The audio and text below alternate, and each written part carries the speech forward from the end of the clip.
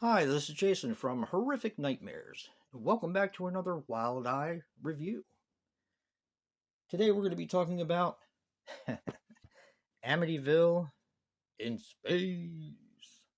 But before I get into my review, I wanted to thank Wild Eye for distributing this film. They are able to get movies out made by low budget filmmakers that we wouldn't necessarily be able to see.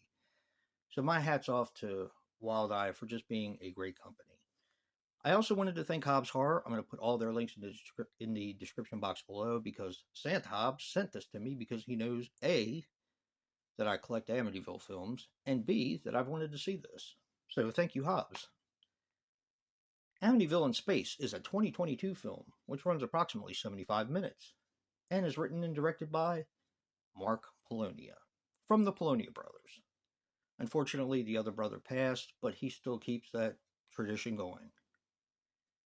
Now, they were responsible for Sharkula, Noah's Shark, and Real Monsters.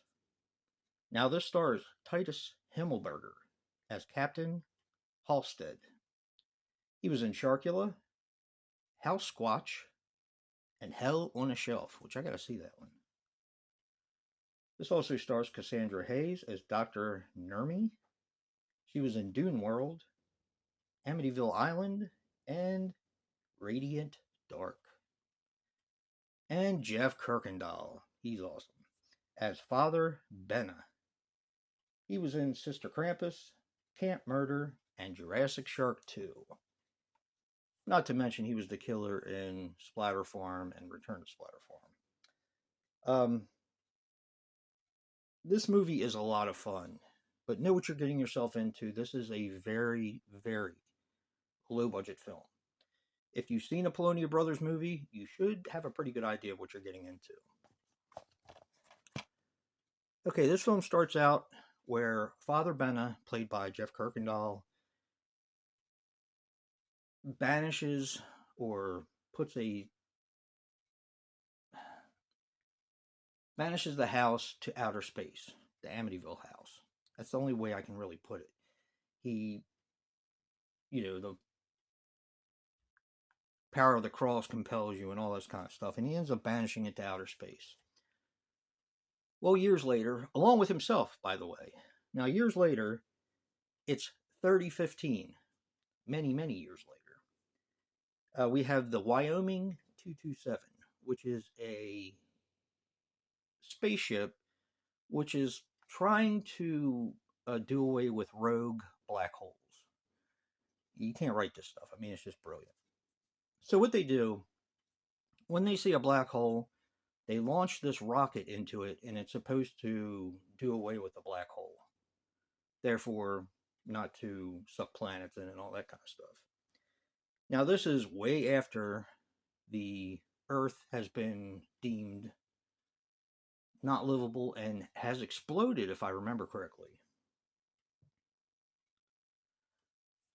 Now, when they're about ready to blow up this black hole, send a rocket into it, they find something with life. It's an object that has a living organism in it. It just so happens to be the Amityville house. And the living organism is, yes, you guessed it, Father Benna. And they have to stop Amityville's sinister plans. I'm going to kind of leave it there. Um, I really like the villain in this. I thought he was pretty cool. Of course, I like Jeff Kirkendall. He's fun in this. I like when he plays a priest. It's kind of a weird character for him, but I really enjoyed it.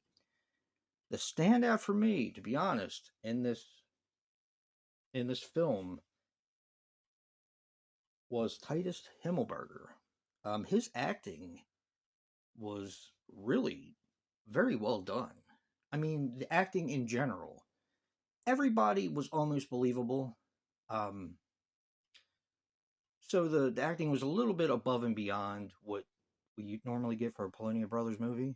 Not putting it down, it's just a little bit better.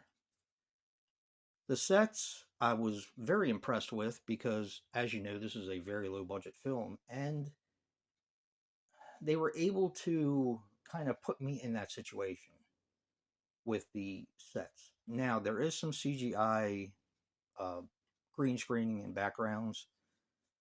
It's just the nature of the beast and the budget constraints. Because I'm sure they would build bigger sets if they had the money. But, this is what it is. I had fun with this. Is it a good film? No. Is it a logical film? Not really. But this is one of those movies that kind of just turn your brain off and just have a good time. And if you know what you're getting yourself into, because I've seen plenty of Polonia Brothers movies now, I kind of like their style, and I kind of think that they're just out for fun. I mean, the movie knows what it is, and that doesn't make any assumptions for being better than it is. And if you can turn your brain off, pop some popcorn, and drink some beers, it's a lot of fun to watch. This movie, surprisingly enough, is dialogue heavy. And I thought, I looked at another review, and they said that the dialogue was ridiculous. I didn't think so. I thought it was pretty appropriate. And like I said, I'm going to say it again, Titus Himmelberger, he really impressed me as an actor.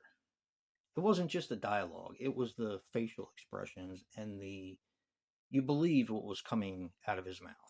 So, good on you, Titus. Really good actor. Like I said, know what you're getting yourself into. If you're not a Polonia Brothers fan, chances are you probably won't like this movie. But if you like low budget, cheesy films, this might be for you. You might have a good time. And I don't know, there's just something about the Amityville films that they just sucker me in. They're like Bigfoot films. I love Bigfoot films. I love Amityville films. Doesn't matter what they are. I just kind of turn my brain off and have fun with them. So, thank you again, Hobbs. Thank you, Wild Eye, for distributing this. And if you like what you see in here, hit that like button and subscribe. And until next time, peace.